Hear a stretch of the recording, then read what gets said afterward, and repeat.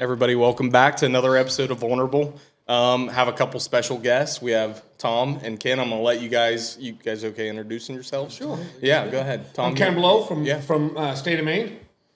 Tom Doobie, Maine. Tom Doobie, Maine. Yeah. Ken Blow, Maine. Maine, yeah. You guys have been hunting with Joel like you guys have been for the last several years. You were by yourself I first. came here by myself, and I tried to think of that today. Yeah. His daughters were like this, and we were down in the basement. That's where we stayed at, and we ate down there, and everybody met. And it would be the funniest thing with one of the kids come running down, and Sierra chasing after him. You've got my shoes on. You've got my shirt on. It was no doubt a family thing, let me tell you. Yeah, and Sierra was shy as shit, wasn't Oh she? God, yeah, she's a sweet. I mean, they're all sweet kids, but she was so shy and so sweet. I mean, it was just unbelievable. But I'd have to say, 16, 17 years I've been coming here every year, sometimes twice. Yes. Come back in January or something like that. But yeah, it's been a long time. And then I'm thinking 3 years into it, maybe I started bringing my son.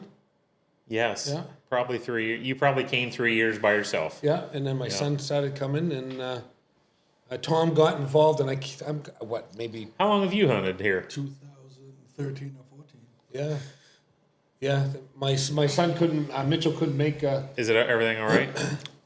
I mean, we can keep filming everything. Do you guys mind pushing the mic back and forth? Why we? Yeah, Why don't we just put it like right here? Yeah, we can try to do that. It's like when you turn your head and stuff, it just doesn't catch. But we can try to do something. And feel free to. And I think maybe I can go kind of in between as well. Yeah, there we go. That should be better. That should be better. Yep, go ahead. So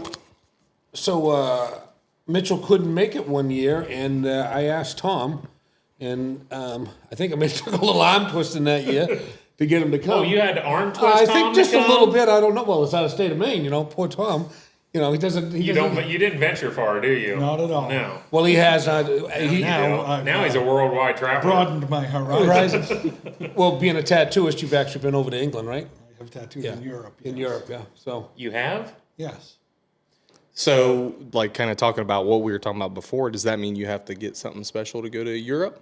Yes. Yeah, that's cool. You have to get licensed. Wherever you go, you have to be licensed Yeah. by the Department of Health. But a lot of times you can get like a 3-day or a week, whatever the convention. Yep. So, yes. Right So on. there is Matthew Southard, Hatchet, that hunts with me. You've heard me say Hatchet. His son-in-law, I think his daughter's married to him. He is a famous person and travels all over to people's house. Like he goes to their homes and does their tattoos in their homes and stuff. Is that a thing? It is in some states. Maine, they won't allow it. Yeah, I think he travels and does. Now, I'm not saying it might not be done at their home. It could be done at a local tattoo parlor or something. That makes but sense. Right. He travels and like people pay for him to go there and do their Right. tattoos and stuff. But I'm gonna take your mic. Go for it. Yep. That's fine. We don't have pause or anything, guys. Sorry, just give me a minute. It doesn't sound good in the headphones, so I'm just gonna make a quick adjustment. We can. But Sierra was just a little shit. Yeah, we The were kids watching. were little. We were watching I think about it all the Project. time when we can talk about it more after. But when at the wedding and stuff, watching her walk down the aisle and saying, "I remember you walking down them stairs." I mean, how quick time flies, Watching the Project That was Runway. a great day. It was a great day. The wedding was. When somebody wants to spend X amount of money on something and you offer, hey, I'll give you this much money towards a house. I'll give you this much money towards, nope, this is what I want, Dad. Okay. But it was a good day. It was a good day. Corey is gonna be a dad. I'm gonna be a dad. My wife and I are gonna have our first baby. You gonna do a DNA test, or you just assuming it's yours? Hoping it's mine. Chris thought that was funny. I'll hold the off Chris is camera. over there banging Those my are wife off or something, camera. apparently. And you can swivel and move yours to where it's kind of like that as Yeah, I'll well, get it Tom. set up. Yep. Wherever you need Yeah. it. Only for Yep. Almost there. Just hand it to me. Yep. Is that it? Yeah, you got it. There's some money tied up in equipment. Huh? There's Yes. some money tied up in equipment. All right. Here, I'll let you do that. I don't see.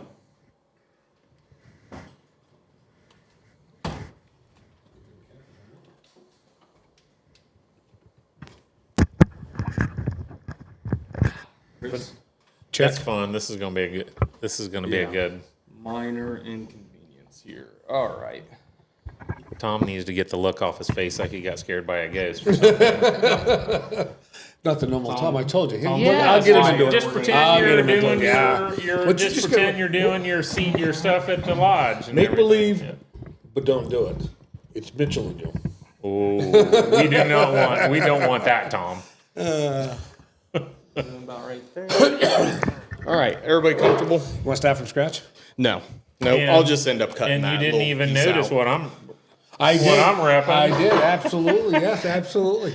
Yeah, What is it? Well, Seacoast RVs. That's his business. That's my business. That's your business? Okay. Yeah.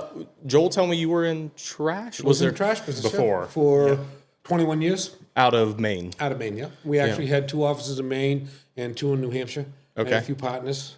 You did like 9 cities or 9. 15 municipalities, 950 roll-off cans, 2,500 small cans. We owned 2 of our own transfer stations, ran a couple others. Wow. Yeah, we were pretty big. 120 employees. So I've always wanted to ask somebody this that's been in the trash business, but like, I mean, is there any like truth to the mafia or anybody kind of pushing around on you?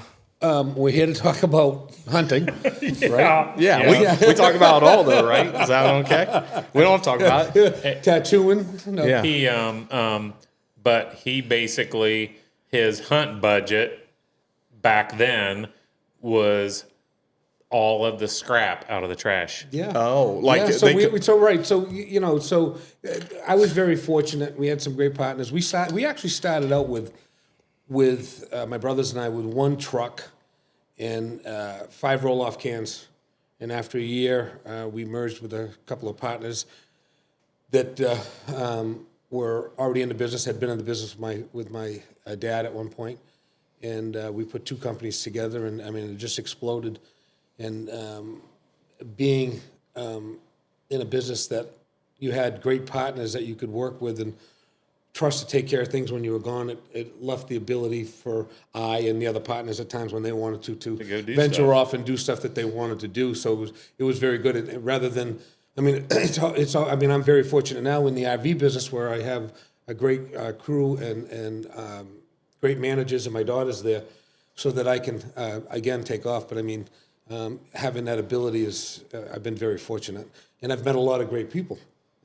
Joel, it's come like family. I mean, I went to Sierra's wedding. Yeah, I went to and my like we were daughter's talking wedding. So about earlier, watching the kids grow up. I mean, I've literally watched them grow up, and to be able to experience that and live that has been something special. We go to high school basketball games. Yeah. I mean, we would all the camp. We would get back. The first Tim thing- would be coaching, and we would. First thing we'd say is, there any basketball games while we're here? We would head Because to that's what we really want to go. Yeah. We want to sit there and watch them, and watching Tim. His reaction on the sideline with the kids and stuff. It's just I could imitate him before he did it. I've been around him enough. He's great guy, great coach. Yeah, very good, very good people. And they would pull up the driveway if it was on a Sunday, and when they arrived, they would pull up the driveway, and there would only be 3 of them in the vehicle, and no Tom, and they would let Tom off at the end of the road at the church, Stony Creek Church. Oh, Tom gotcha. would get out and walk to church. Yeah. Yeah, but before they would pull up the driveway. Is that a nice church across the street? It is. Yeah. I always wondered about it. Yeah. So this He Sunday we'll knows see my him. neighbors better than I do. Yes, he does. Yeah. Tom's back. How's the deer hunting going? And they know when he goes in. We went to the creamery this morning. And we hadn't been here in a year. Yeah. Hi Tom. Hi Kenny. That Yeah. type of stuff. I mean, That's you awesome. really They feel all like remembered you're you? Yeah. Not all of them. Some of them. Some of them look You like guys they're have been new to the faces, creamery more than I have. but- Yeah. Yeah. Like I said, I don't go to the creamery because I feel like they're talking. They wouldn't be able to talk about me if I'm there, so thus I don't go. They've So, never mentioned a bad thing about you there. Yeah. No, in fact, today it was you guys back hunting with Joe. Did you? Correct? Absolutely. Yeah. That's awesome. Yeah. That's great. So, Lisa sent me a Eric Kaufman post. Like there was a picture of you and him At the Masonic Lodge at the last night. Masonic Lodge, and it said, "Congratulations on your deer, Tom. Good to see you," or something like What's that. the Masonic Lodge? We got to be careful what we tell them being Masons now. Yes. No. It's an just a inside joke. fraternity. Okay, gotcha. Right on. Yes. You didn't know Joel was a Mason? It's kind of like Nope, I did not know. I mean, we're talking about that. I know what that is. What? And is that the joke, like being a masonry or the Yes. like it's like a secret? yes. Is that That's why I said we can't Yep. tell you. yeah? Okay, We have right to kill on. you. Yeah, gotcha. Yeah, so the three of us are Masons. Okay, So, Ken originally made his way to me via when I was partners with Greg and stuff. It was actually before that, I believe. It Just was? before that, you were 5-star outfitters I the was. first year I came. And it was either the second or third year. So that you you're became- saying that you came here via like maybe the Stan's Pod or North American Whitetail stuff. I was in turkey camp one time with Stan Potts, at least once. Yeah. Great guy. It's crazy. That's all I know what to say. I forgot I had that. a great time. I had a great time with I him. thought it was you hunted at game trails and then that you just came here via Greg. Well, no. I actually got the number via a guy that was doing filming. He must have filmed a hunt here, and something came up. And it wasn't through Greg because it was before that. was it Tracy? Tracy Laws? No, I can't remember his name. I see his face. I'm bad with names, but and then I actually, and if you know Joel, I had to call 4 times before I got you to call me back because you were very busy. You were busy. And if anybody's here watching, what goes on around here, in the morning he's out taking care of sites, and then he comes back, and then he's rushing you out to a site, and then he's not far behind you when it's time to pick you up because you're checking out other places to find deer movement and everything else. So I mean, he invests a lot of time, between him and Tim and everything that goes on. I mean, there's a lot of time that's invested in what goes to make this place successful. absolutely. It really is. So, but yeah, so it's been before that. So how far back was that? Based off of what I've heard, that sounds about like 18 years Yeah, ago. I'm gonna so say there you you're go. about I'm telling right. you. I've heard the timeline a couple I'm times. gonna say he's kind of under 20, but in the high teens. How old is Elena? 18. Elena is 21. So So she was 18 probably from 3 or 12 4. Yes, it's exactly what it was. Yeah. Yes, that's Yeah, how long it's she's been. 21. Yeah. So she was born, but she was probably coming down the basement as like 3 years old or something like that. Yeah. Oh I my remember gosh. ripping the carpet up next door so we could put down a floor. That's how long ago it was. Wow. Holy cows. Yeah. And then, Tom, you've been coming the same amount of time, or you come later? 2013 or 14. 2013, 14. And that was like kind of like an invitation? Yeah, through yeah. Yukon? My son couldn't make it that year, and it's a long ride out. That's another story we'll tell later about the ride out this year. But anyways, it was a long ride out, and I thought Tom would enjoy it. I mean, like I said, I've been coming out here for years, and the experience that you get and the amount of deer that you see, and it's Yeah. just totally different hunting than the way it is in Maine. Tom can attest to that. I mean, the hunting in Maine is not anywhere near like it is Do out they here. have pictures of like 200 inchers? In Maine? Oh yeah, there's huge deer. They're needles in a haystack, and it's big timber, and they're all over the place, and it's just Well, so now what we're also finding is, and Tom was just showing me a picture before we walked up of a huge deer that's But guess where they live? right behind people's homes, Yeah. and you can't get Kind them. of like the urban Live in the yeah. live in the, there's big timber, but they're coming up and living in the Yeah. Edges. a the safe cemetery zone. in a cemetery and in safe zones. Now, where you guys live, are you allowed to hunt those privately You and can, properly? you can. I mean, you have restrictions on being next to homes and stuff, and you have Yeah. to have permission when you get within a certain They distance. said they can get written permission. You can't discharge within 100 yards of a home, Bow or gun? bow or gun, and that is the trajectory of the bow, the arrow or the bolt, which is a crossbow, Yeah. or the bullet. So it does create a lot of Yeah, issues at 100, times. 100 yards is farther than you think. That's when you're thinking about in like a woods or like a hunting But aspect. That's a far distance. I don't know if we talked about this with but that direction, Vermont, Maine, they still have all the land laws as far as anybody can hunt your land. If it's not posted, you can go on it. They recommend getting permission. God, that sounds like a good way to get shot or something, or Yeah, get yeah. into arguments, or So that's It why I has was to be saying. spray painted and So sun. Tom, how many acres? I didn't you know have? that was ever a law. 50. I didn't know that was a law ever. What? So Tom has 50 acres. 50 acres? And I replace 50 acres of signs every year. Yeah. You just put them like every Well, 10 they feet, rip 'em 15. down. And do you have to spray paint the And I trees too? do paint now, purple paint. Purple paint. Because then they say like it's not marked. Because yeah. even if your land is posted and not posted legally, they can still go on it.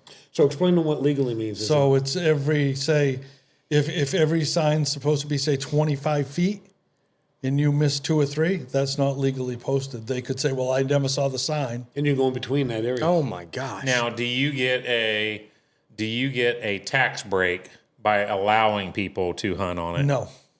That has nothing to do with your taxes or No. anything. Tree growth is the only tax break you get. So Tree essentially, growth. tree And What do you then mean you by have that? to harvest so many acres of property, and they set you up with a program. you have to plant in trees. You have to harvest that timber and replant and this and that every year, or have a plan. But to take it back out of tree growth, you pay those taxes back.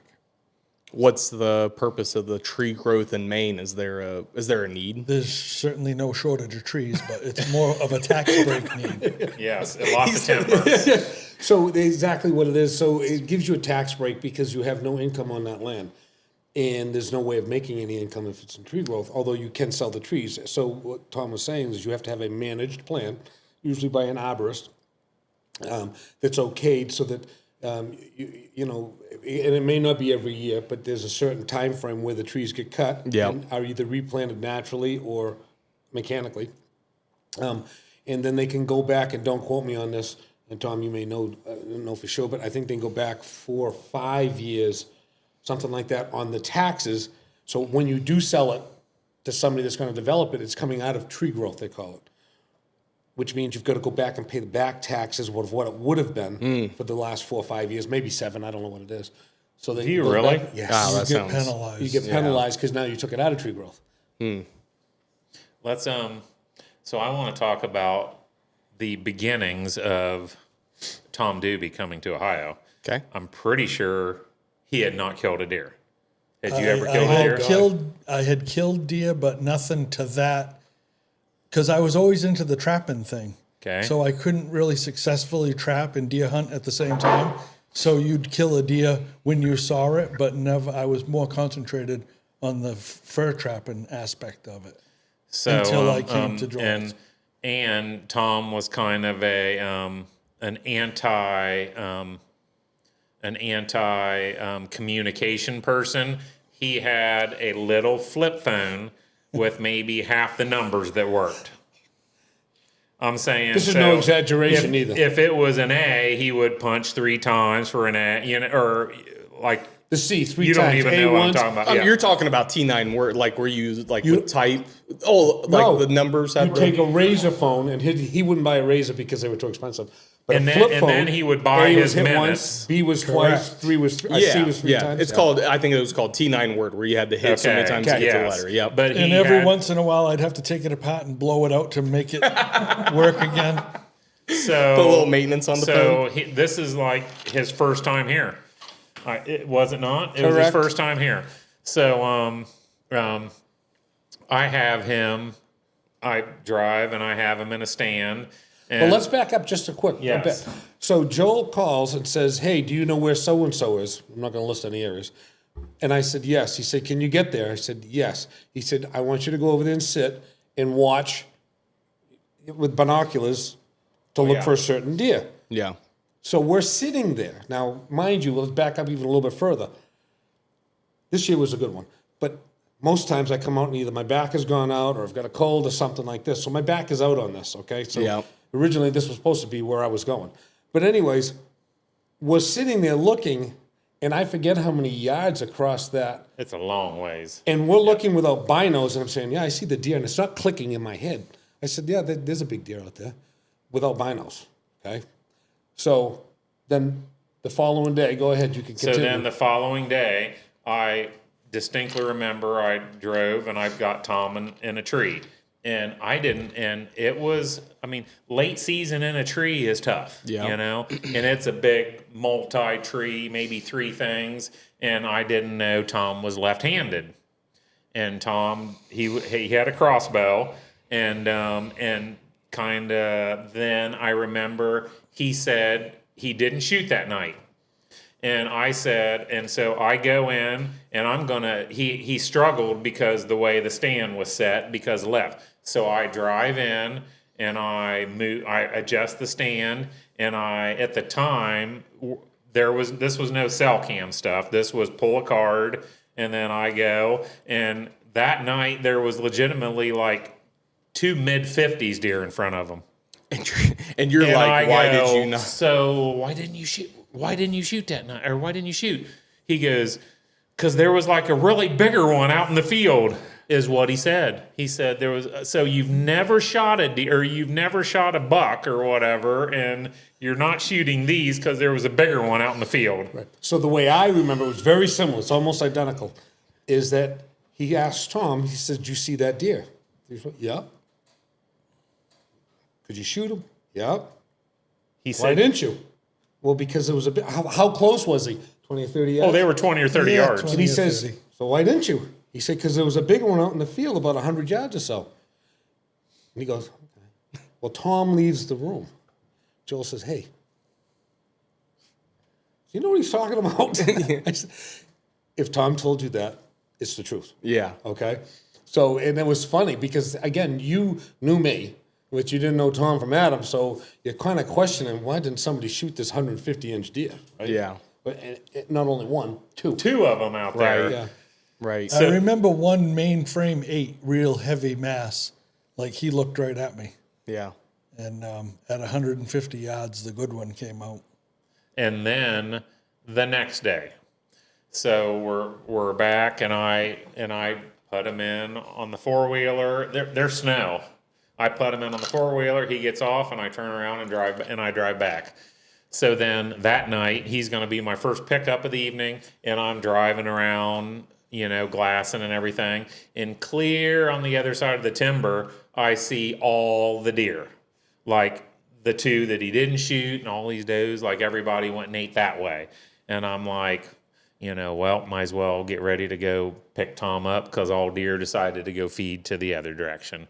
And then I've been sitting here glassing, and it's getting dark. And then here starts coming Morse code off of his old flip phone. I'm getting Missing every other letter. missing every other letter or whatever. And, you know, the gist of it was I just shot. And I'm like, what the hell did you just shoot? Every deer is... And he said, he's dead out. He's dead out in the middle of the field. And I go in there, and it was a freaking giant, 180-inch deer. Oh, really? I have him on Yeah, I was this. gonna say. I've got So the picture. I got we'll Yeah. get a picture Yeah. and post it on the. So what I'll end up doing is I'll end up asking you to send me that picture and I'll pop it up over. I've got the good picture too. Yeah. Yeah. And, So was that the one you saw the first night? Absolutely. Yeah, And it that was was- with the same 2 does I saw the first So- time. And they had come in, the does. Yeah. He was going to go clear across the field. When they came in, he came in following. This was late season when like a fawn would come in. I Yeah. think they were following. He was following a fawn. Right. But the thing is we drove by him. I mean, I'm saying this is just a little patch. I must have drove right by him when we came in, correct? Correct. And then I drove back by him because they came from that little patch. Gotcha. Just laying right there in that little So patch. the big timber, all deer are in's here, but he had them out Yeah. here in this little patch, and here they come. Were you even looking that way? Did you suspect they were coming from that way? I only looked that way because I had seen him come out of there the night before. Yeah. Oh, that's where he came from the He night came before. in there from the night before. Yeah, I learned the power of staying in the vehicle or using a 4-wheeler or something when we went out to Illinois with Rob Scott. Yes. Yep, and They'll he- let you drive right by him. And he's like, let's go look. And we went midday. Remember those big ridges? And we drove in. It was like a big bowl. And they're just all laying there. And we're within 50, 60, 75. And we just kept putting. And they just all laid tight. And I'm like, wow, the power of that. I sent you pictures there that the hog farm, I drive right into the hog farm in corn, and they got to be all within 100 or 200 Within yards like of 4 me. minutes, they're on the corn. Yeah, they're like- that picture. Yeah. And thus, as it starts to get this time of the year, I just kind of do it religiously, where you almost are conditioning. You're Correct. kind of conditioning them. Well, it was They're very just- very similar last night when Tim dropped me off, and He said he wasn't back to the truck. I had everything left it in the blind because I texted him, "Am I coming back here tomorrow night?" Yes, I'm leaving everything. Walked away from it all. Left, And so when we got back, the only thing I had to do was hook up my ozonics because the one was a little iffy, and recock the crossbow and put the bolt in. And I did that, sat down, and looked over to my right, and hit it, and two does are walking out. I mean, he's not even back to the truck. It took me Right. seconds to do that. Yeah. Okay, I mean, they do get conditioned by it because Yeah. they say, They had to be laying 50 oh yards yeah, away. Or 70 absolutely. I yards mean, the away, night before yeah. they were just coming in, not shortly afterwards. Yeah. But yeah, Yeah, we were talking about that. I was in my little hunting spot's kind of in someone's backyard, and I was doe hunting. And there's a house, and then there's a house, and I'm 50 yards in the woods. And people are pulling in after work, slamming doors, yelling, talking. They look up, they eat. They look up, they eat. The dog, they don't like the dog. The dog barks. That's when they jogged off. I told Joel, we talked about this, because I hunt by myself, and I hate bumping deer, right? Nobody likes to bump deer. And so I started playing a video of a coyote call on my phone. And so I just play it. They ran off, and it was 15 minutes later, They were back on great deer, great bucks, great does were back on the pile. I told him, I said, get a coyote or the predator call, set it out up. there, Up there, set it yeah. out there, Yeah. and just hit the It, road. and it works. I mean, the It's driving video, right towards you. just the video on my phone worked perfect. I just Yeah. played it for about 10, 15 seconds, and they jogged off like no big deal. I got out, I checked the camera. I was about 15 minutes down the road. They're all back on the all corn back again. on, yeah. I'm like, perfect. I'll be using that for the rest of my life. That's easy. I mean, you get enough pictures. They coexist with them, don't they? They I do. mean, I will get coyote pictures, and 4 minutes later, there's a deer picture. I Yeah. mean, they aren't totally freaked out by them by no means. They probably just don't want to be by them. Hanging. Yeah, I we're mean, not. it's We're not not like friends. we're gonna walk into the bar Yeah, together we're or not anything. friends. But if I see you and you see me, we're cool, right? Yes. Yeah. Well, good. But at home, Tim gave me that same advice because I was getting jammed up at night when it was time to leave. Yep. And just coyote call, drive them out, get down, and get out. Yeah. Instead Because of you No, bust it's something natural to them. I mean, Yeah. they don't Yeah. like it, so they'll leave. But when they think the coyote's gone, they're going to come back. Yeah, they're going to come back. Which was kind of funny because last night I told Tim, I said, I don't know what was going on. I thought the wind was bad, even though my ozonics, because I had this young doe in there and kept stomping its feet and looking over towards me. And I'm saying, I'm not moving.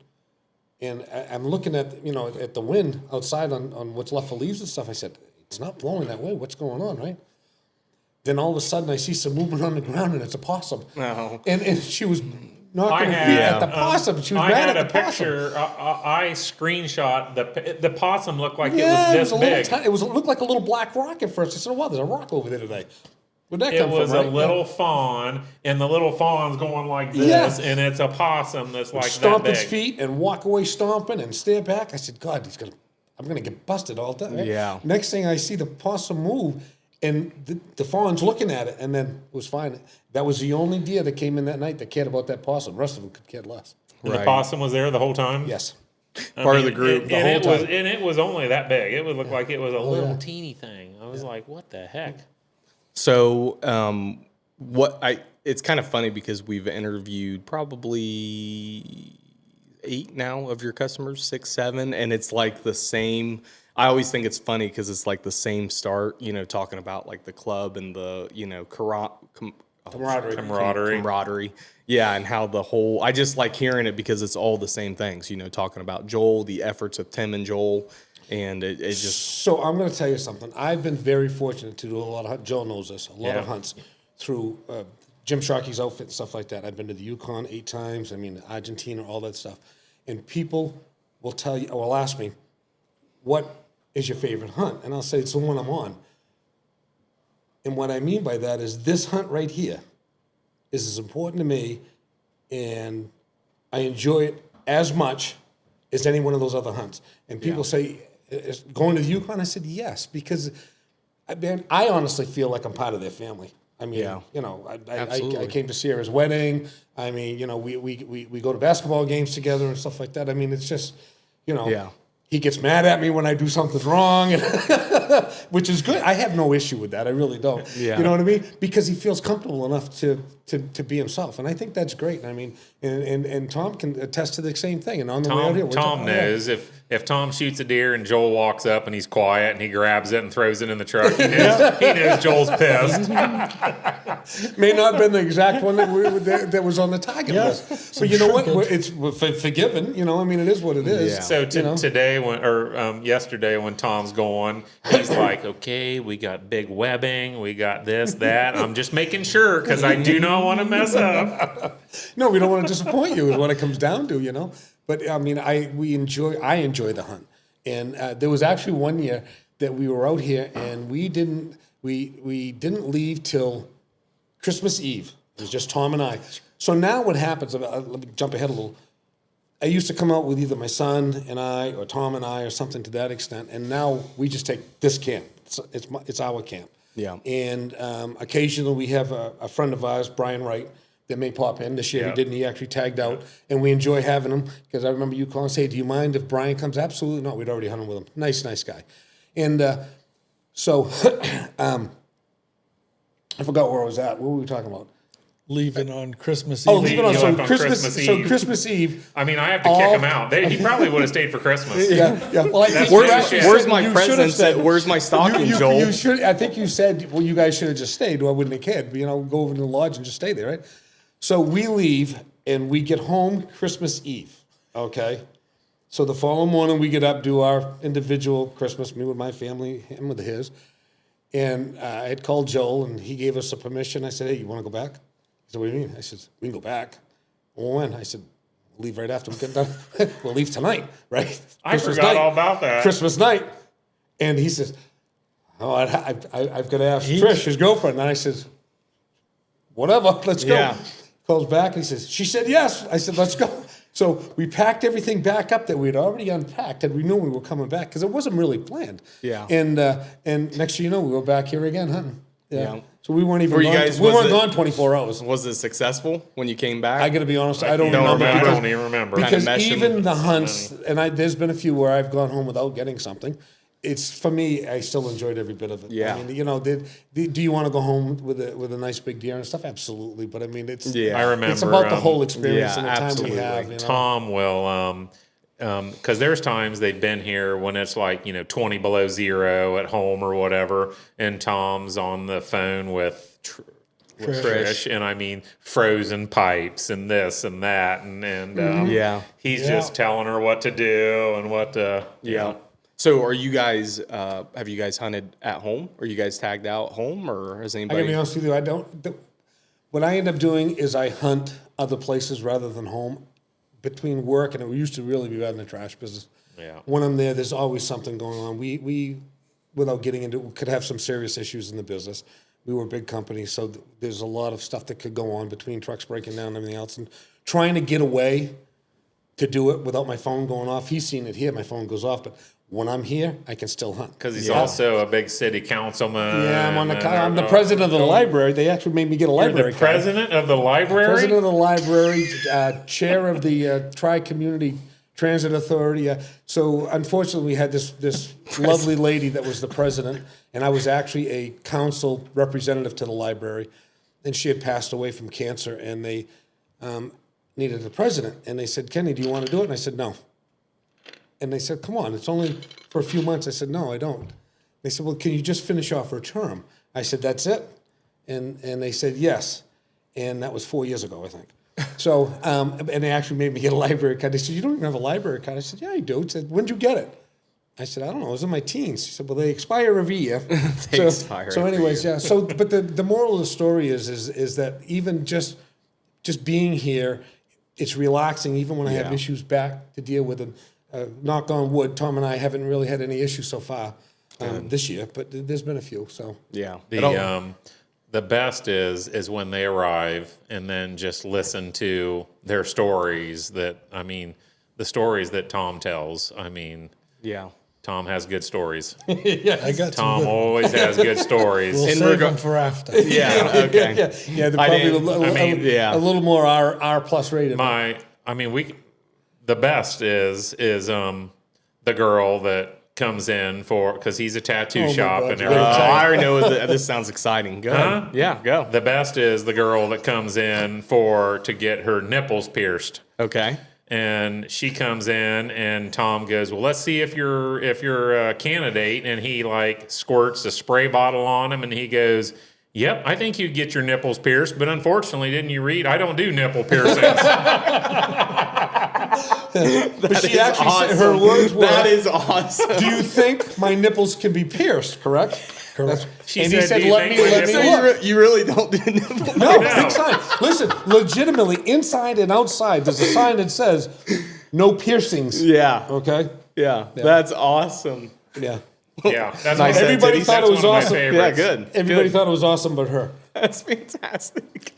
And then The and water so- bottle, you had the water bottle like handy, ready for this incident. Spray. So then the best one to start this year was I'm sure The we body? can talk. Yeah, we can talk about The what? this. So What? his body his friend on the commercial is boat. a commercial fisherman, and they have someone can show up from the Department state of department Marine that's going to go Resources. with you for the day, Okay.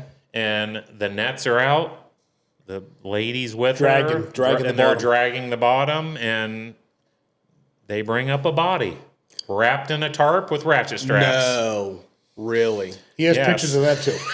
Really? With an observer on the boat. With an observer Oh, on the wow. boat. Yeah. Did they? And- How long ago did this happen? Last match. Wow. And he said that's not his first. So it was the second time it happened with this guy. So this is off the coast of Massachusetts.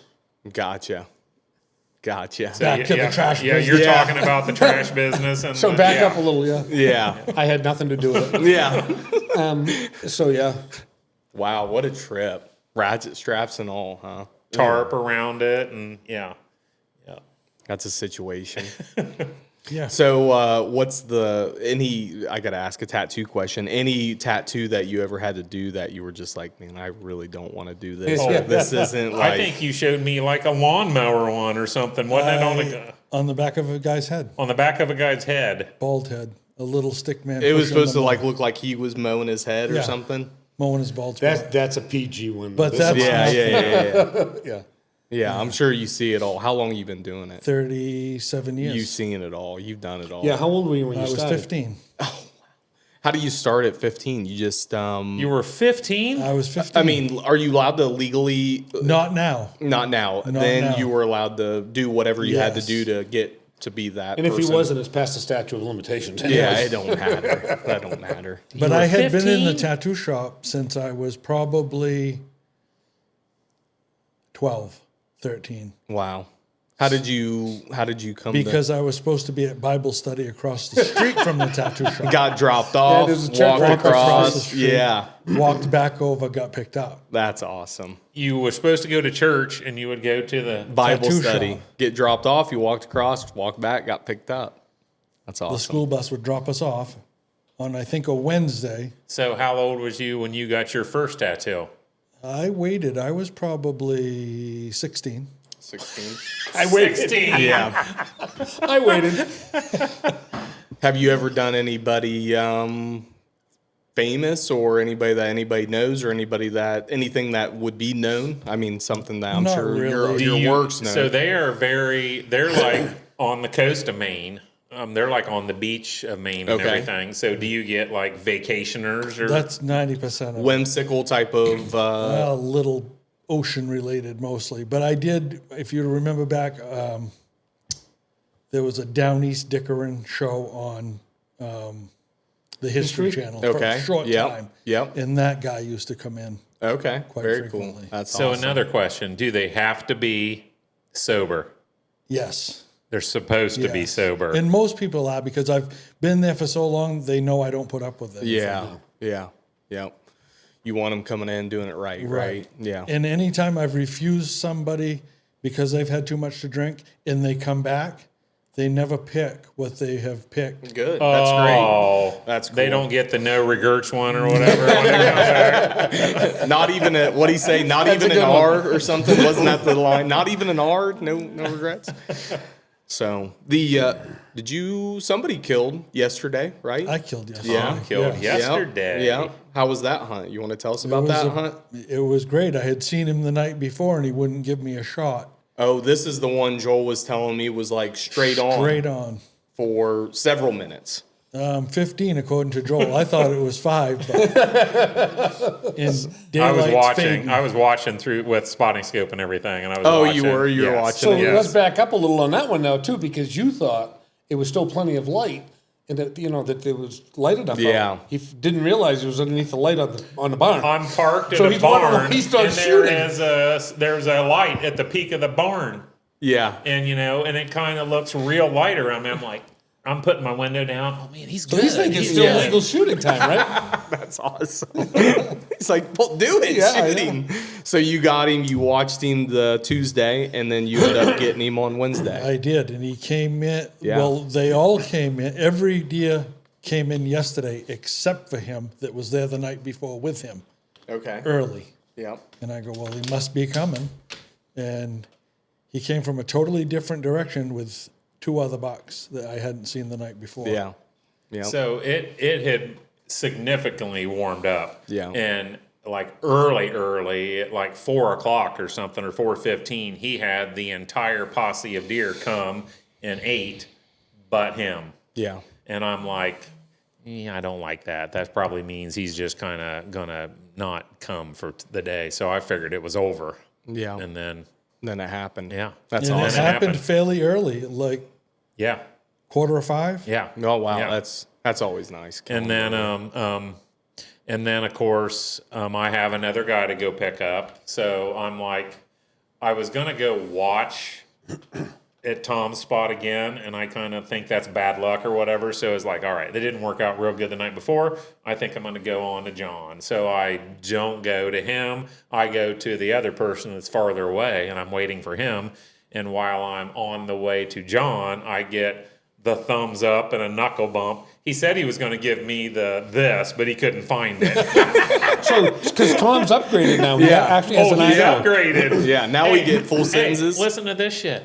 He now has Tacticam cameras on his Wow, phone. nice. One of the only Nice. reasons why he's got a phone like he has now. So he can have Yeah, those. so you can get the Right. get the pictures Because uploaded. you still buy your minutes, don't you? I do. Yeah, he You does still still buy buy your minutes? minutes? He still I buys didn't know they minutes. still sold that. Yeah.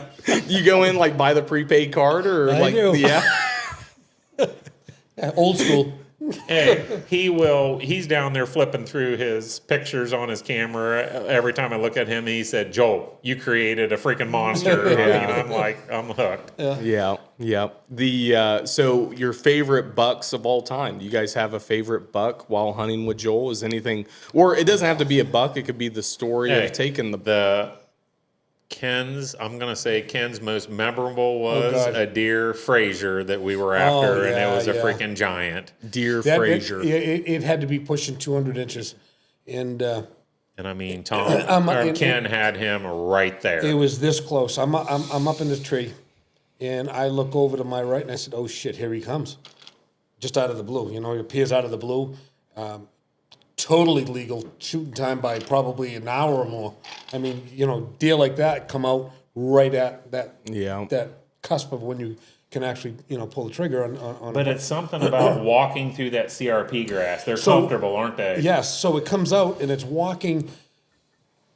It's like a trail or whatever on the edge of the CRP grass with that tree line. Yep. That I'm up. Yep. Now Real close to where you were in the box line. Exactly, yeah, so within there. feet. Yep. And like I said, I'm just kind of the trees in front, and I'm looking this way. Every once in a while, I look behind me. I mean, the chances of him coming out through there was slim, but. And I look over to my left. I go, "Oh my God, there he is!" I mean, it's massive deer, And if I wanted to, I couldn't shoot that way because it was all branches and bushy and all that stuff, which is fine. So he puts his head down, and I grabbed the crossbow, and I put it down by my side, okay? So it's all ready. And I'm watching him, the tree's here, and I'm watching him like this, and just walking, no care, no concern. And then behind the tree that I'm in, he stops, and all I can see is his nose and part of the rack. I said, 2 more steps, 2 more steps. And he's just looking. He turns around, like he's not even nervous, took 2 little tiny bounds, stood there, and walked off. I said, oh no. Right? And so it wasn't winded. There Yeah. wasn't movement. Deer like that gets either one and he's gone, right? Right. And I'm watching him, and if I had a muzzle loader or a shotgun, dead. he would have been a dead deer, but I tried to put an arrow through there. It was Right. ridiculous. Went to the other tree line on the edge of the CRP. I could watch it go through there, and I said, God, you want to talk about depression setting in, right? This is, some people, once in a lifetime at a deer that Oh, big. yeah. And I'm saying, oh my God. So I text my son. I said, he was here, and he's gone.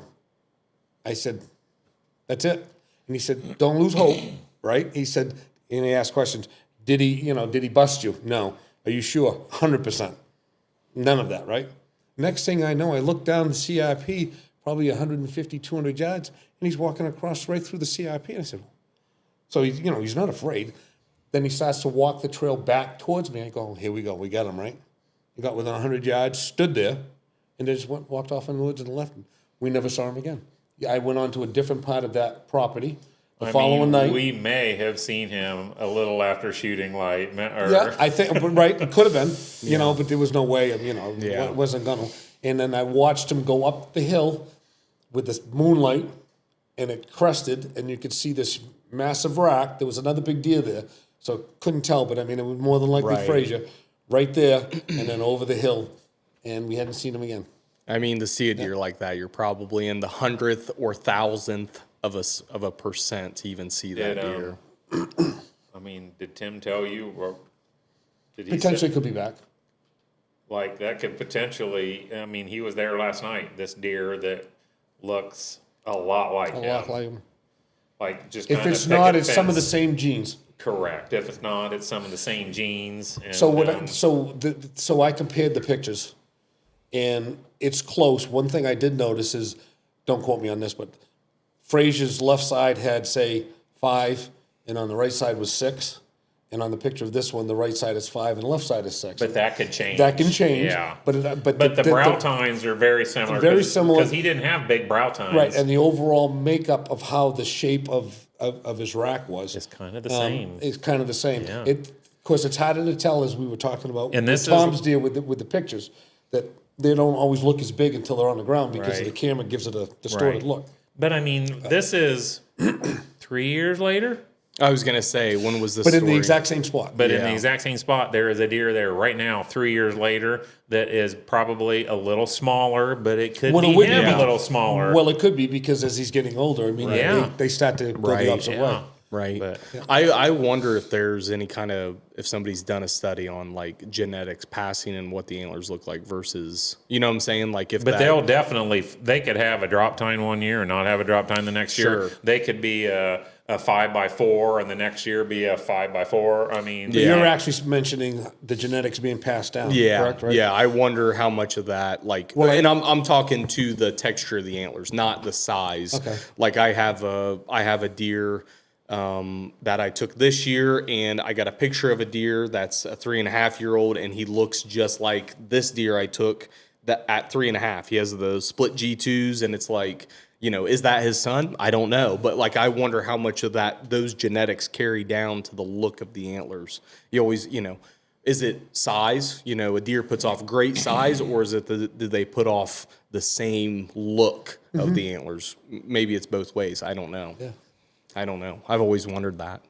But that buck that we're talking about could have been 5.5, and now he's 8.5, and he's just went down. Exactly. Which means he's on the same playing field, right? It's still probably a 70s deer or whatever now or Unbelievable. something. I would And this say. is the property you're hunting. Same one. Oh, Exact this is same one. probably within within 40 yards of where he would have shot him. Oh, that's Yeah, awesome. the exact same spot. Wouldn't that be a... And have first time that we've seen this deer in a year or two. We may be spending Christmas. Yeah. Yeah. Where's my stocking? I'm just kidding, seriously. But yeah. That's awesome. I mean, there's 9 stockings on the mail right now. Might as well add Tom and Ken to the stockings. That's great. That's great. Do you have a favorite story, Tom? Probably the 178 and 7/8. That was the one that we were talking about. That was the one that. But I mean, I killed a nice one the following year too. Yeah. A nice 8-pointer. But Yep. I mean, then you remember at the one, we won't say the name of the farm, but you and I went and hung a stand and you hunted, or didn't we hang, hunt, and kill? Or you had me walk in, brush myself in. No, this was in a tree stand.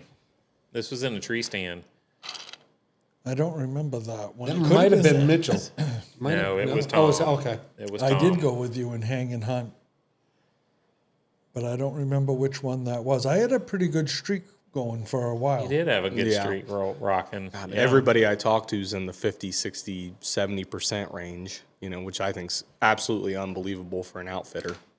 I mean, it is. I'm not just blowing smoke because Joel's sitting here. But these It's pretty guys, impressive. so in the beginning, Ken would he would have lobsters.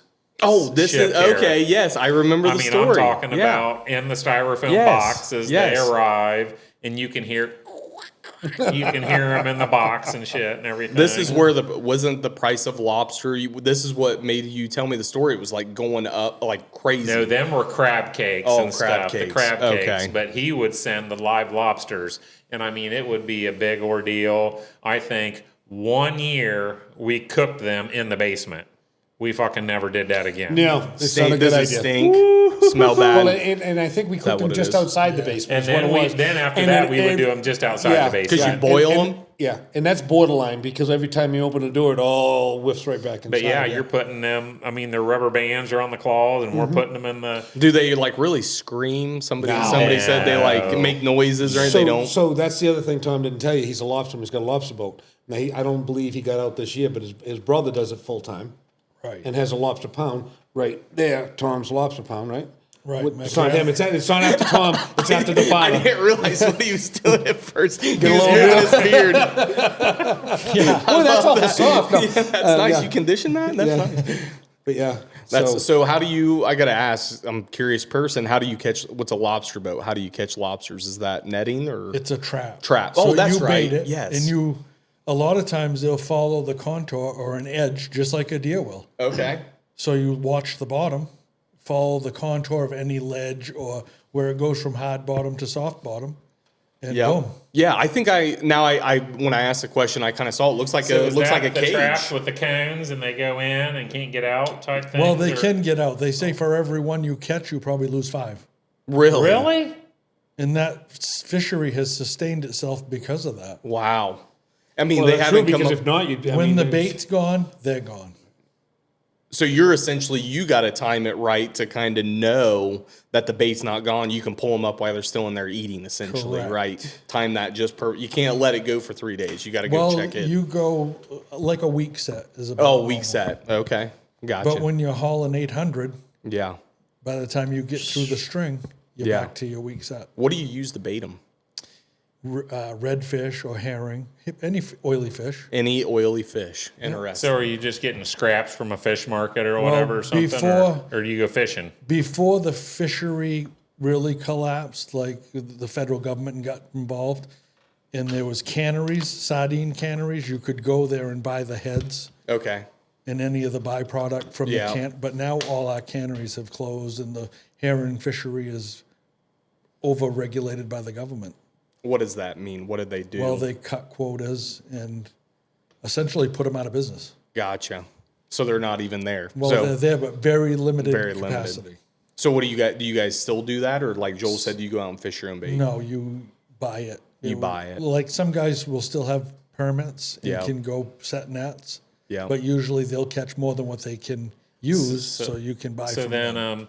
2 years ago, you sent videos and you're out digging in the mud or whatever. What? Clam so what are digging. you bringing then? clam digging. That's clams. He brought. So I did that instead because it's a less overhead and more profit. Yep. So you go and dig where for these clams? Right, Scarborough, Maine, Pine Point, Yep. in the Scarborough River Okay. at low tide. So Yep. you can do it 4 hours prior I see. and then dig the tide 4 hours after Gotcha. as it's coming in. Literally using a shovel to dig, or I mean, No, it's a clam rake. it's a clam rake. So describe Essentially, Yeah, I'll it's have to a look that up. pitchfork at like a 90-degree, Yep. and you dig yourself a ditch when they start showing at low tide, Yep. and then rake like a potato rake. Okay, now I get it. Okay. You stay Yep. bent over like and rake, Yep. That makes sense. and all Wow. you need is a strong back and a weak mind, and you'll be a good clam digger. I was gonna say this sounds terrible, to be honest with you. how old is the guy that you know that does this every day when it's open? Mid-70s. Mid And 70s. how many pecks or pounds? or He'll whatever? dig 5 to 6 bushels a tide, And 50 pounds per bushel. And in the summer, you can do 2 tides a day.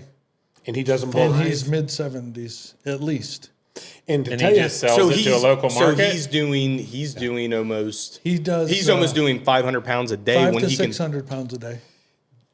to tell you how, in comparison now, Tom younger, better fit. I remember, wasn't this last summer? I think it was the summer before. Yeah, his it's hard to back was process. out, and I could literally look at Tom, and his back went like this, sideways, not Yeah. from the front, Right. because from bending over and stuff. That's when you actually first started doing it again, and it was just you're bent over the whole time, right? What is a bushel of clams sell It for? fluctuates Yeah. with tourist season, whether you can go. If you have a rain closure, anything over an inch of rain in a 24-hour period, the flats get closed down. Well, if that's in the middle of summer and the product's not there to sell, the price will Skyrocket. So what's the highest you've seen? $4 to $6 a pound. per pound. So Wow. So this gentleman, this 70-something-year-old guy at 500 pounds. He probably does $250,000 a year. Yeah, I was gonna. That's why I was gonna say a couple 100,000 pounds. That's why he does it at 70-something years old. And clams? wow. And that's a lot of literally work, with though. himself and one tool, right? That's unbelievable. That is unbelievable. They wear that. How many do you think those rakes do you think he wears down in a season? I don't know, because believe it or not, you can wear down it's essentially a pitchfork. Yeah. You can make them out of like a 4-tined pitchfork, and you wouldn't think so, but that sand will wear them right down to nothing. Yeah, it's essentially the pitchfork just goes straight down like a 90, like 90 you degree said. pitchfork. Yeah. With a short handle. But with a short handle. So you dig yourself in a ditch because you want to get as low as you can to the Yeah. where you're going to dig. Right. And then you just go from that ditch and keep on moving the mud. Now you also have to be careful.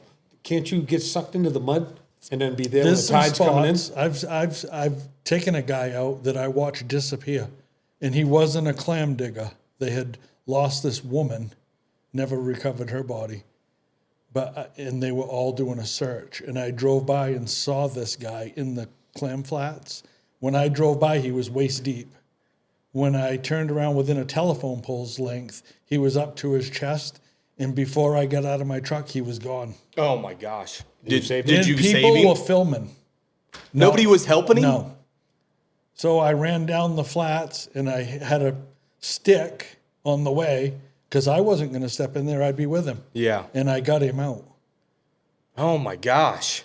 It's mud? Is it like quicksand? I mean, It is. It's like mud and it's like quicksand. And the more you try to get out, the quicker you. yeah. I'm assuming like you think you're not thinking and it gets like That's to here wild. and you're stuck. You're stuck. done. And then it the just suction keeps, you're not getting it out. just And keeps when he going. finally did come out, the funniest thing is he didn't have any clothes left on. But he was so full of black mud, nobody could see anything.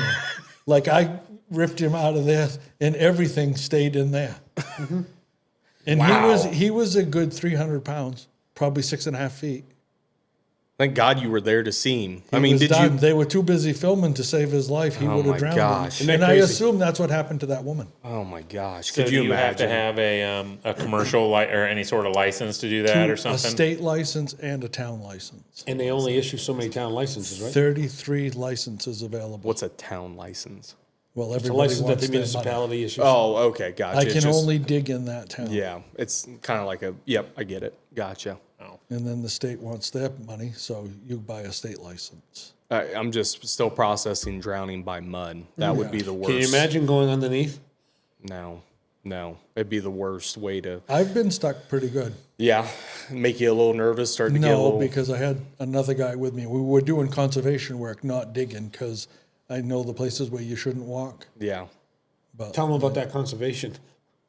That's the, green crabs. Right. Green crabs, they eat the small clams. Okay. And you go at night and you would think, like when I first started, I'm like, how many crabs are there really? It looks like a sci-fi movie after dark. Really? Like you can kill a pickup truck load, and they're an invasive species that And they're green crabs. they're green. They don't grow much bigger than like so a you half can't, dollar. you can't You can't eat them. eat them. There's Can't do- no they're market. useless. Gotcha. It's interesting. Brought over by China. Brought over from Europe. Oh, really? So when they come over say they come over here to ship product or whatever, they'll put water in the ship back in I think it was the 1950s, bring in the seawater to make the ship so it's not so So it goes top heavy. down. So it Yeah. goes down in the Yeah. water. And then when they get here, they pump all that out. Well, that's where they came from. yeah. It was in the bilge. It was in the The bilge. bilge. I was the whole time you were telling me that story. I was thinking about something I heard. Somebody in Europe said, people from the United States aren't cultured, right? And I'm like thinking, and then they made a statement. He come from England and he came to the United States and he goes, do you know why they don't leave the United States? It's because we're so massive and it's like us listening to your story. It's like, I've never heard of that. Well, if and you it's go because from Maine to California, I mean, every state's got a little bit of difference. Sure, and- from north to south, I mean, the United States has got a lot of different of terrain, different terrain. and Exactly. and And different if you- culture from different parts. you of think about Europe is the United States of just different countries, not states, right? So it's amazing to me when you're telling me these stories. I've never even heard of any of this, and it's because you're a few Well, states away. it. So if you go into the state of Maine, you have southern Maine, which is more urban. Yep. And we have where we're from. It's Old Orchard Beach. We've got 7 miles of sandy beach. Yeah, their beaches. You can be on the beaches in the summertime. Oh yeah, absolutely. Okay. It's a beautiful beach. Why could you not be on the beach? Because a lot of them are just rocks. Rock and- and Oh, stuff. okay, gotcha. So we go from probably 8,000 or 9,000 year-round residents to probably closer to 40 plus now. It used to be when we were younger, they could be pushing almost 80,000 people during the summer in this small town. So you have a lot of that in southern Maine. We actually are different than the other resort towns because we actually have a amusement park right on the edge of the beach and stuff. Okay. And a pier that goes out. But as you go up the coastline, it becomes more fisheries, correct, with lobstermen and stuff. And it's a rocky coastline where they used to have all the sardine factories and stuff. Yeah, Then if you push inland towards the middle of the state, Augusta area, which is our capital, it's more farmland, less operational farmland, but more open field stuff. As you get more northern Maine, it's more logging, or timber as you call it, and where the big logging trucks and the cutting, and, Yeah. and you could have clear cuts or sectional cuts or whatever, and the logs get out and be milled. So the state of Maine is pretty long, but when you start from the bottom, say down by Kittery, and you work your way all the way up to Fort Kent, You're hitting 3 different. it's 3, 4, 5 terrains. different. I mean, it's just totally different. Yeah. Just in the state, Texas. just in the state of Maine. Yeah, it's similar Just to like Texas. Texas. Right. But Or yeah. on your notes, write down music, RVs, moose. These are the topics that's in my head for him. So first, I want to talk, because I'm a music buff.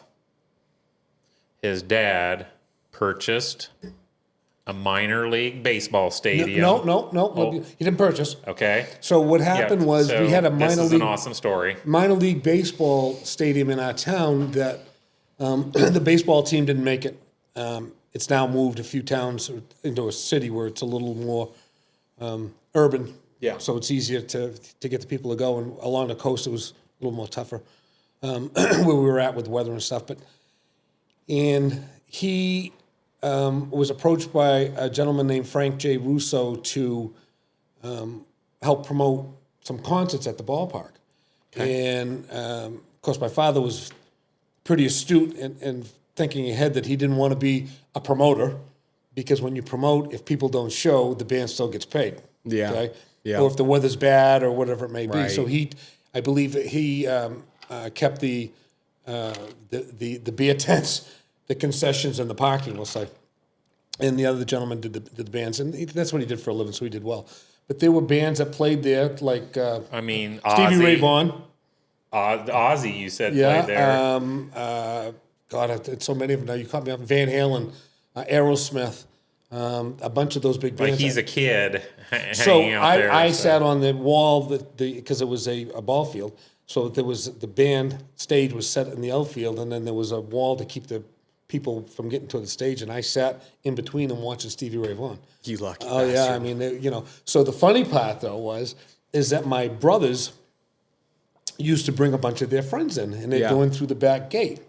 And my father said to me one day, he says, "Oh, they're such good kids bringing their friends in and stuff like that." I said, "Dad, they're charging them half price." He says, "Oh, they're entrepreneurs." I said, "Call them what you want." Yeah, we can But go in that the back pickup gate, load but of you're kids that paying- went in, you didn't collect on. They did for half price. That's awesome. I love that. So they did that. Don't quote me. It's been a while, maybe, I don't know, 4 years or so. And at one point, the residents at the time, there was some big concerts. New Kids on the Block came. Yep. I mean, I think it was 15,000 people. Wow. And our smaller town just really wasn't laid out right for traffic coming and going. In the middle of a summer, when you're pushing 40, 50,000 people already in town. Yeah. So getting people in and out. So there were some issues, and then noise issues and stuff. So it really wasn't well received, so to speak. But at one point, they had some investors that were going to bring a road in off an area that we call the Spur. It comes off a major highway. Through a bunch of property that was undeveloped right into the ballpark. And they were going to pay for the road, and then they were going to make it into an amphitheater. So they're going to put a dome-type cover over it, not all the way down, but to help keep the sound down and stuff. No longer be able to be used for a ball field. But the investor on that, the major investor, was George Steinbrenner. But the Okay. town voted it down and didn't do it. Then a few years later, a partner that we had in the trash business actually tried to do it with a different gentleman, and they tried to make a go of it, and it was okay. But I mean, towards the end, if I remember right, and I may be speaking off cuff a little here, he actually got permission to buy enough tickets so he could scalp them, so he get all his money back out of it and get done with it. And be done and stuff. So since then, it's been rejuvenated it back into a ballpark. It's when it was originally built, it was one of the best AAA ball fields in the country. Wow. So, but yeah, so that was the music part of it. Yeah, you've seen all kinds of. Like I think on the Motley Crue documentary, I'm pretty sure I heard them say Talking that ballpark. venue Yeah. Really? on the Motley Crue documentary. All Yes. the top bands played there. And then, he sells his trash business, and he always comes out, falls in shit and smells like roses or whatever. He then goes into the RV business. Yeah. So here's the As issue with that. COVID hits. Yeah. Well, so Which was a negative, and then a huge positive. Well, so Everybody can't. yeah. here's what happened. So being in the waste business, and we were doing very well. We had a very good company. So it allowed me to do these hunts and stuff that I like that aren't always inexpensive, and enjoy myself. Well, after we sold, you have to change your lifestyle. Even though we made a big chunk of change, when you spend the money, it's gone. Yeah. When you have a business, It's constantly. you have some revenue and stuff coming in and stuff. So I worked for the company that had bought us out for 6 years. Yeah, 6 years.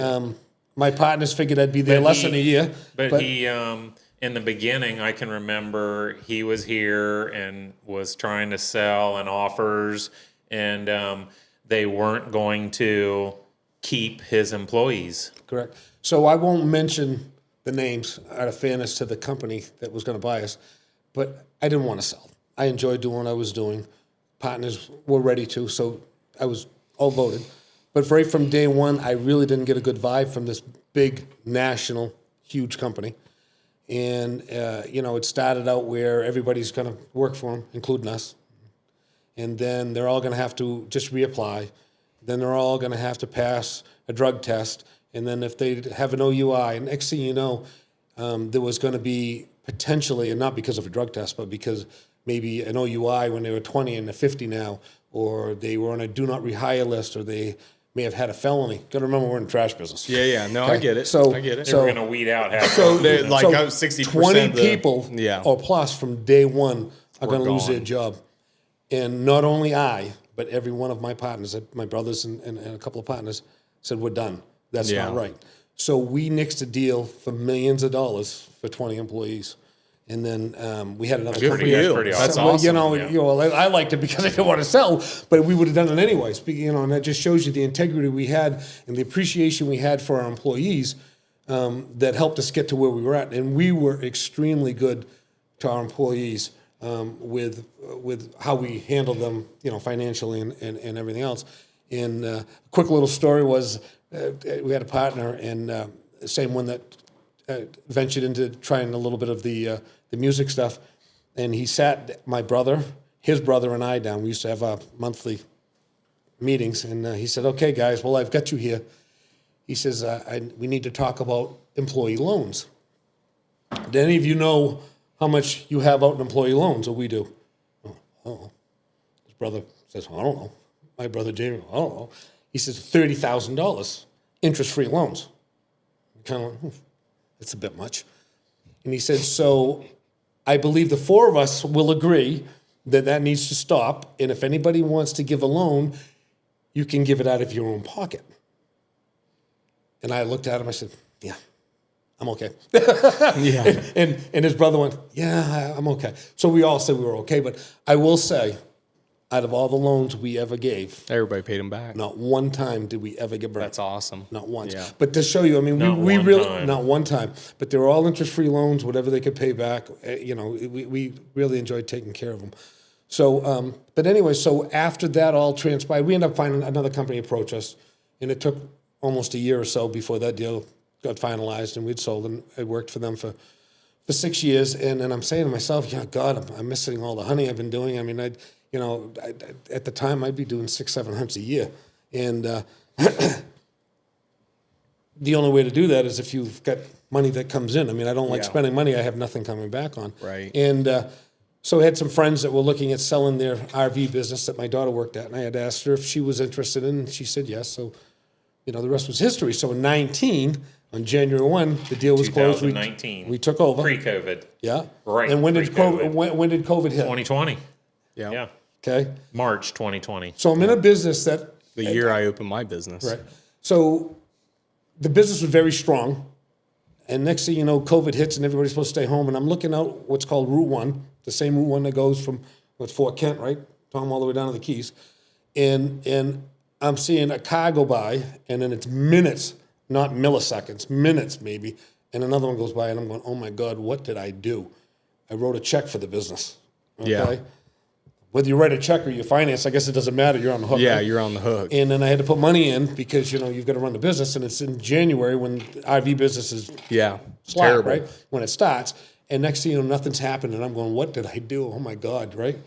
And then next thing you know, we have the RV industry in New England and stuff that is petitioning states saying, listen, what better way to be able to get out and do something other than to go to a campground? It's all wide open. Because at that time, they'd shut down hotels, motels, everything was shut. Yep. Next thing you know, it's like, boom, it exploded. I mean, the stuff's flying off the lots. And, you know, so luckily, I mean, somebody was You took looking the over us. service department to a next Oh, level. yeah, too. the service department, if I remember right, there was 3. The owner, very, very smart man, did a lot of the stuff. And then there was 2 employees. Now I have, 8, I think, service techs, or 9. So, And Seacoast is what town? it's in the city of Saco, which is right next to the town of Volusia Beach where I live. It's Perfect. a mile or so away. So, and with the largest park model, a park model is one that looks like a home. Yep. But it goes There are a permanently. lot of them up at our lake. Right. Yep. So And I think their park models come from same places. Richmond, Richmond, Indiana. That's where everything. Well, yeah, Goshen area, Elk whatever. Arch. Yeah. Ocean, yeah. Do they come? So yeah, what from Indiana. park are you talking? We've driven by it because I know the people that own. They just sold to some employees over there. There's a company in that area around the lake. Around Indian Lake? Yes. There's park models there and Right. stuff. Yeah. Oh, yes, I know. So they buy from the same 2 companies we do. So we are the largest park model dealership in New England, and one of the companies, Elevation Park Models, we now are their largest in the U.S. and Canada. And then Krupp, we used to be their largest. We're now in the top 5 with them. So with, again, the largest park model dealer in New England.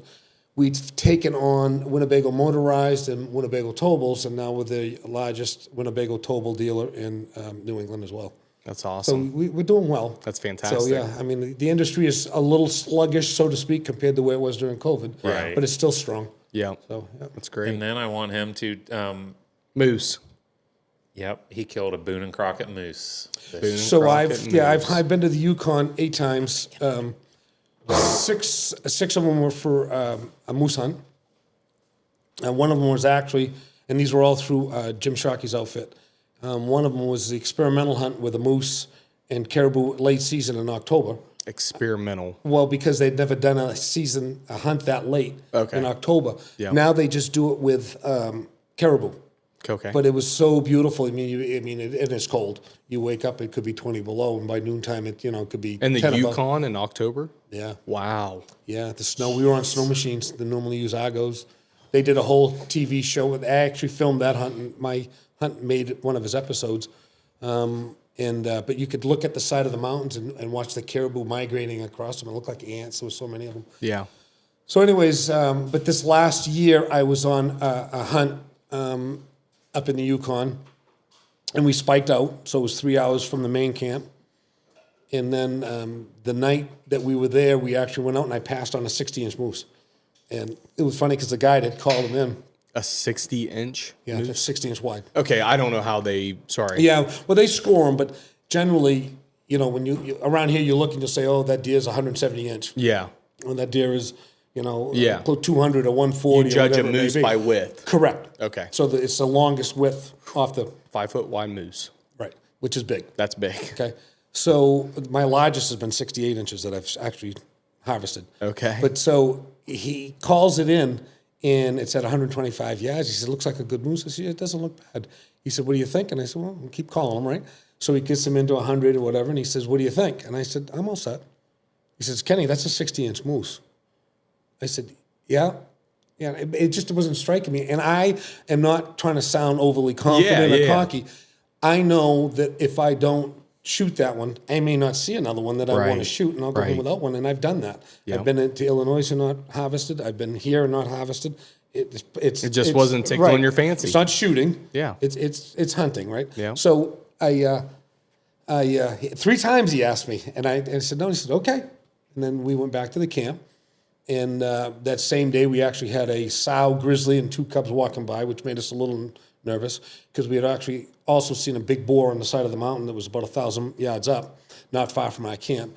So you're always leery. I mean, the grizzlies are nobody to, nothing to play with. Yeah, absolutely. So anyways, the following day, we ventured off, and it was kind of rainy, drizzly, miserable day. We weren't seeing much, but we went to this area that I had actually, an area that I had shot the very first moose back in 07 when I was there, and that was an August hunt, and actually all in velvet. And we were sitting there having lunch and doing a little bit of calling, and we see a cow, and next thing you know, we see a bull get up.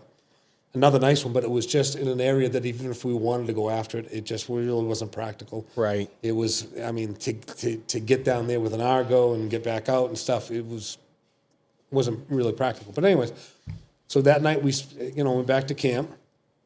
The guide has got he's in a single man tent, and I'm in a 4-man tent with another guide that I don't know how you get 4 men in there between him and our gear. But so he says, I'm going to do some calling. When I get up in the morning, he called that night for whatever reason. So when I get up in the morning, I'm going to do some calling. If anything comes in, don't bother getting up, guys. If anything comes in, I'll let you know. Well, he calls with an electronic call. Because they'll come from like 4 miles away. Well, this one was, he called it in the night before. 4 miles away. Well, because I'm laying there and I'm hearing stuff, and I wake up, try to get the other guide to wake up. Right? I said, I think there's a grizzly or something out there. I said, and, I said, his name was Sam. I said, Sam, you're not moving. And a few times I said, Sam, and and he's kind of groggy. I said, I think there's something outside the tent. And it's dark. It's in the middle of the night. And I don't sleep very, very sound. So, I hear a lot of stuff. I realized at that point when it made another noise, that was a moose. The noise I had heard prior to that didn't sound more like a grizzly Yeah. or something Yeah. rustling, but it could have been, we were on a stream, it could have been Sure. I anything. mean, was it just the whoa? Yeah, exactly. Yep. And he says, I think that's the moose. And I said, yes, that is. That's not the noise I heard. But we went back to sleep. So the following morning, the head guide throws the electronic call on, and within seconds, he's pounding on it. There's a moose, right? So we throw I got boots on with my underwear on, and I'm outside the tent with a gun, and I look, and it's just a small moose, so it was fine, right? And we kind of chuckled and stuff. I said, I'm going back in. So yeah. So anyways, we get the Argo all loaded up, and we're going to venture off into an area that ends up being, I don't know, 3.5, maybe close to 4 hours in an area that they really have never hunted before. And you can see some ribbons as we're going. Generally, you get Argo trails. You can see where the Argos What go. is an Argo? So it's 8 tires, rubber Anywhere. tires on each side. Amphibious, it'll go. They go water, in the land. water. You can put a motor on Yeah, the that's back. the one. No, that was a Sherpa. Okay, that was gigantic. Those That are thing's huge. Yeah, small. no, this Okay. is small. Okay. So it's like 2 men, and then Yeah, you this put is all like your from gear in me the to back. you or whatever. Yeah. You Yeah. could put like 6 in there, but you're putting 2 guys sitting on each side inside the tub in the back, and it's not Yeah. comfortable. So anyways, so we have 2 Argos.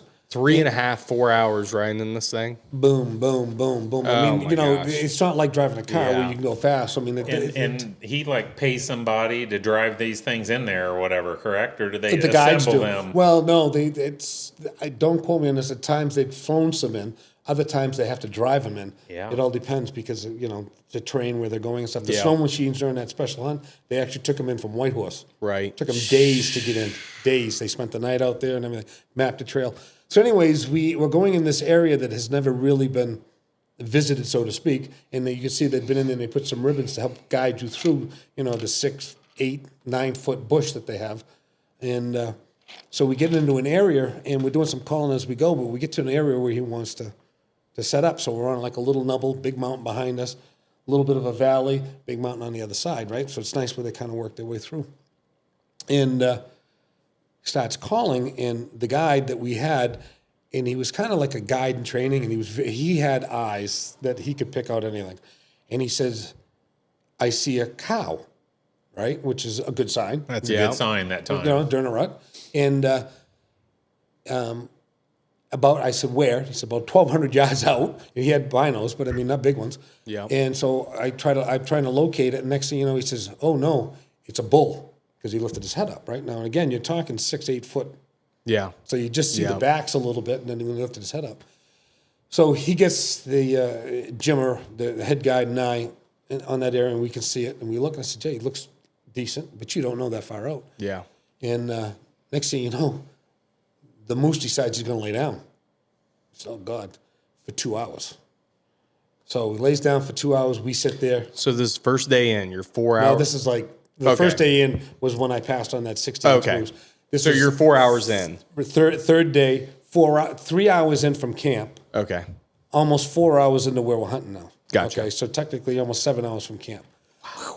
So that's why we spiked out. Yeah. So you can get away. I mean, then there's nice moose around the camp we were at, but we're going into a more uncharted area. So 2 hours into it, it stands, and he says, I'm going to give him a few minutes, I'm going to start calling. So he starts calling, and the closer he gets, you can see that it's a good moose, okay?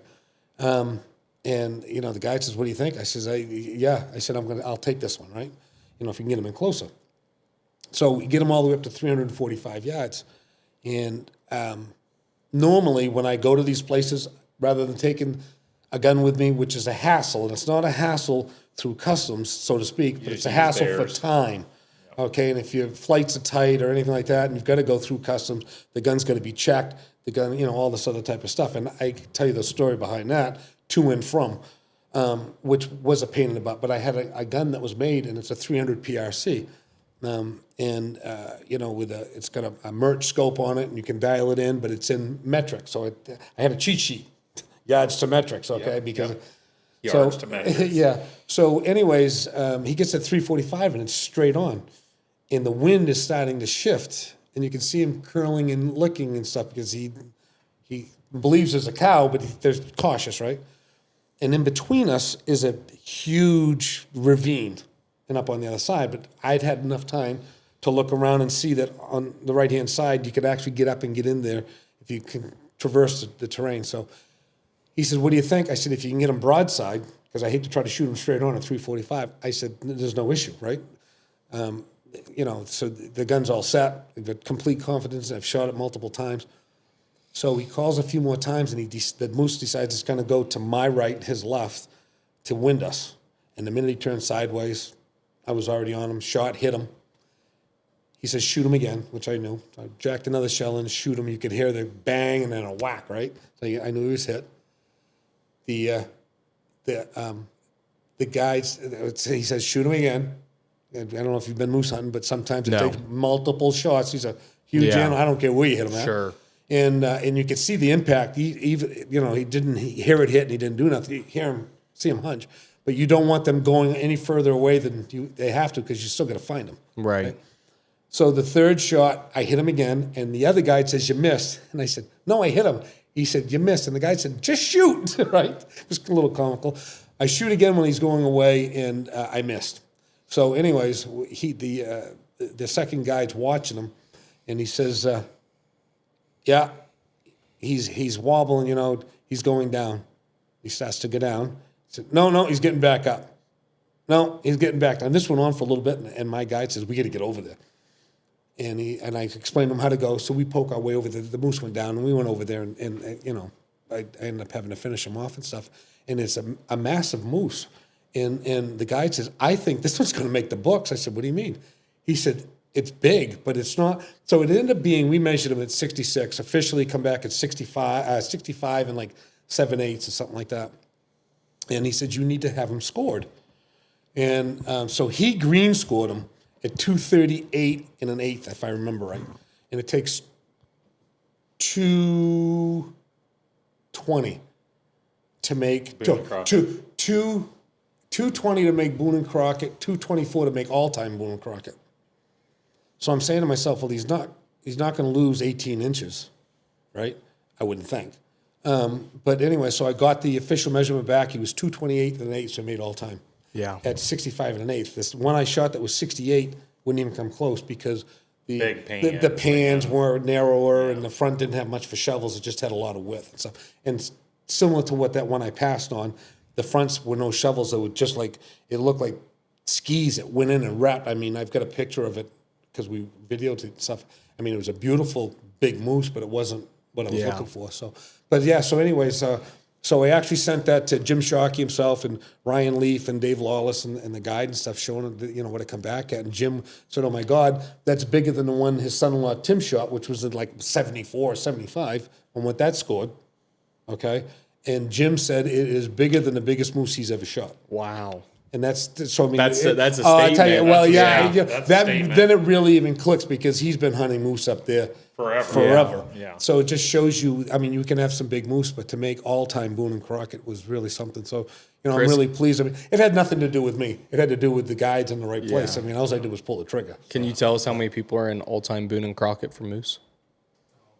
Yeah. But the most awesome, like that just shows Yukon, by the way. Yeah, Yukon just all shows time. getting off the grid, Right. going. Yeah, deeper. Well, I gotta tell you, deeper. The more effort you put in, the more the reward's going to be. Well, anytime you're up in that Yukon area, you could see a moose. That moose chances of it's ever seen a human being is, I mean, Pretty good. 1 in 500,000 or some foolish thing. I mean, he's got a massive area that he has the rights to and stuff.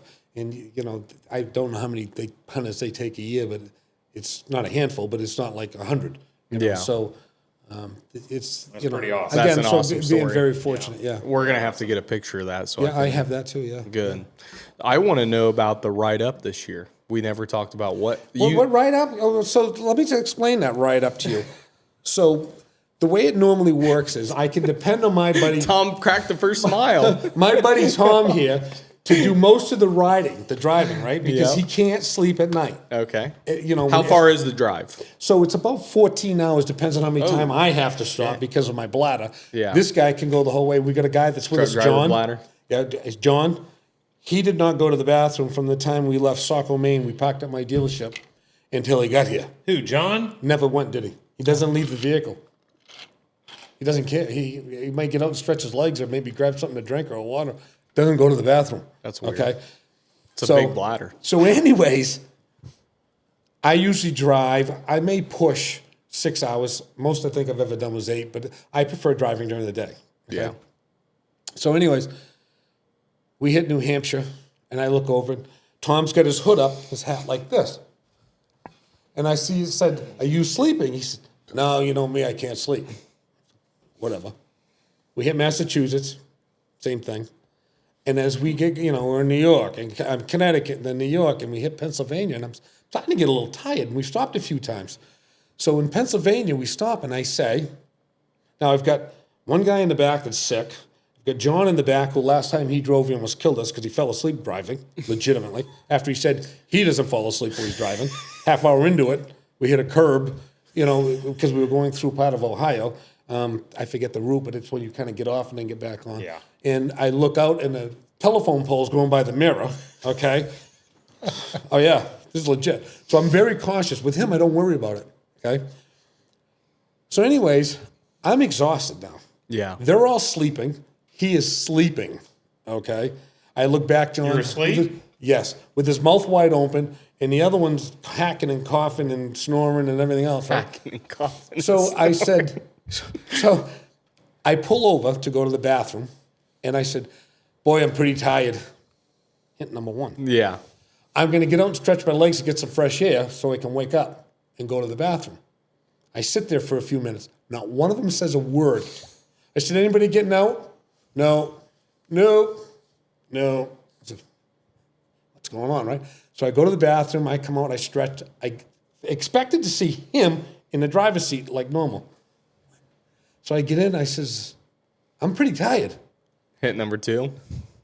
Nobody says a word. I said, "Apparently you guys are taking a nap or whatever." What was it I said? I don't remember. Of course you don't. So anyways, I said, heck with it. I reclined my seat, and I slept for an hour and a half. That's why we were just a tad bit late, because I needed to get some sleep. Oh, so you guys all took a little nap right there. They napped the whole way. They napped the I took a little nap. So I wake up, and now we're driving again. They all talk for a little bit, and then they're all back to sleep. I said, "Christ." And I can only listen to the same songs on the radio because I was off my playlist. I got a little tight with money, and I stopped spending for Sirius, right? I don't either. I couldn't even listen to Fox News. Now, are you playing your own country songs? Well, I played mine a little bit, but that was it. Yeah, I've written a few songs to AI, but anyways, they're not bad. We were listening to them last year. They're not that bad. Yeah. So, anyways, we stop at another store because I need to get something to drink again and go to the bathroom. And I come out, and now Jim, one of the other guys, it's his first time here, is sitting behind the wheel. I went, screw that shit. I'm finishing out the Yeah. ride. I said, "No, get in the back." "You should have thought you were tired." I said, "Yeah, we got 30 minutes left of the ride." 30 it might have been minutes 45. There wasn't Yeah. much. And so I made him get in the back, then and I it's a drove it all the way. point. I'm So finishing now the this bit. funny part is, Tim comes in and says, and then I find out that those two were talking, and he says, "Oh, I know, Kenny's going to make me drive. I'll be driving most of the way there." No, He's- I didn't say that. I said I'm exhausted. Tim goes, "Well, if you can't sleep, just pretend you're sleeping." And he says, "Okay." You So said now I go think to he sleep. pretended the don't whole think way. He swears he didn't, but I think he I don't did. think I said okay. So anyways, I got here totally exhausted. These guys are all, yeah, look over here. Yeah. So that's kind of the little humorous part, because it's not normally like that. But anyways. No, normally Because he makes it to New Hampshire and I go the rest of the way. Yeah. Because it got, they were just going to get here by 3 or 4, chill, eat supper, Right. go to Yeah. bed. And then Thursday was kind of a shit show weather. So it was like, man, won't you get here by, our snow was still on Tuesday. So it was like, Yeah. get here by noon so we can hunt tonight. Yep. So Yep. that kind of made them leave a Well, little then early. listen, I had to let the three of them know, knowing he was going to be the biggest complainer, in a good way. Oh, Because yeah, he likes to because say he that I was. never, ever is on time. It's not true. It's always the time change. Always. Always. I don't know that We're that's the true. same time as you No, guys no. are. I mean, we're going to set the day. We're leaving at midnight. Oh, make it 11. No, oh, never mind. Let's go 1 o'clock. No, and then 10 minutes. Then everybody's confused on what time. Yeah. Yeah. Well, the moral of the story is it all worked out great because he got a deer, didn't he? It did. So yeah. So anyways, that's there's always a story on the way up of some sort, You know, there was. I a mean, time, we were almost 2 the first night, so yes, it Yeah. was. There was a, very you know, close. I still feel comfortable with him driving because as I'm sleeping, I'll wake up and say, "You all right?" About every half hour or so, and he said, "Yeah," and I'll look over and said, "You know how fast you're going?" He looks down and says, "Yep, 99." 99. I said, Holy crap. "It's your license." Yep. And I go back to sleep. You know what I mean? Might be a little exaggerating on the 99, but not a lot. So, anyways, yeah. So it's If I'm tired, tiredness sets in. I'm tired, but if I'm in a zone, I can drive. I can drive Yeah. for 24 hours straight. Yeah. well, it wouldn't be bad if I had Honestly. somebody up talking to me. Yeah, Yeah. Instead of 3 guys hacking and coughing, And coughing and snoring. one guy faking. Yeah, faking. Yeah. He said I was snoring. I don't know. Yeah. Well, good. Hey, we appreciate you guys.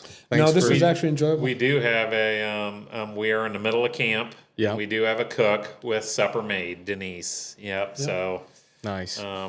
It kind of was a crappy day of weather, and I told these guys, I said, I don't think we're going to hunt Thursday, so we can possibly maybe work this in. So I'm glad that it happened, and Friday, Saturday, Sunday look good. Tomorrow, yeah, Friday, Saturday. Saturday, and Sunday look good. So Yeah. yeah, Yeah. Yeah. you know, but then You guys are leaving on Sunday night. We haven't told them when we're leaving yet. We'll let them no, know. I mean they could be here on Monday. or Okay, Tuesday. because I was Please gonna say Monday please looks good ask. too. Yeah. Monday looks good. Yeah, I mean, we should get back before like the 29th. Christmas Eve. I think the latest we normally, well, other than that time was Christmas Eve, but the 23rd or something like that. But there's been days he says, I don't know why you're leaving, you know. Yeah. Get her done. Joe's very, very good to us. Yeah, we have a great time too. We may have to have like Kale and Sierra on here or something. That would and be talk great. Some deer hunting and some Yeah. yeah. I'd like That to hear would be about the Air good. Force and hear everything. about the Air Force and they're so he They're coming here tomorrow. so 2 days he, from now. He got his last flight yesterday. So he's in Denton, Texas, and then he had to do like a briefing, like a exiting briefing, and he did that this morning at 8:00. And then I got a text at like 9:30 or 10 and said that he was leaving Texas. So he's certified? He's a pilot now, or? So I mean, he has so many hours logged, and he is, and so now he goes back to Columbus, Mississippi. Okay. And in Columbus, Mississippi, now they will be, everything now has been on like Cessnas and stuff. And so in Columbus, Mississippi is like T6 jets. Real stuff. They're real. The real So deal. now we're getting to the real It's getting stuff. real. So it's starting Good to get for him. real. So yeah. It's awesome. So it's pretty exciting. So Well, good. Hey, great episode. Thank you. Yeah, thanks, appreciate you you guys. guys.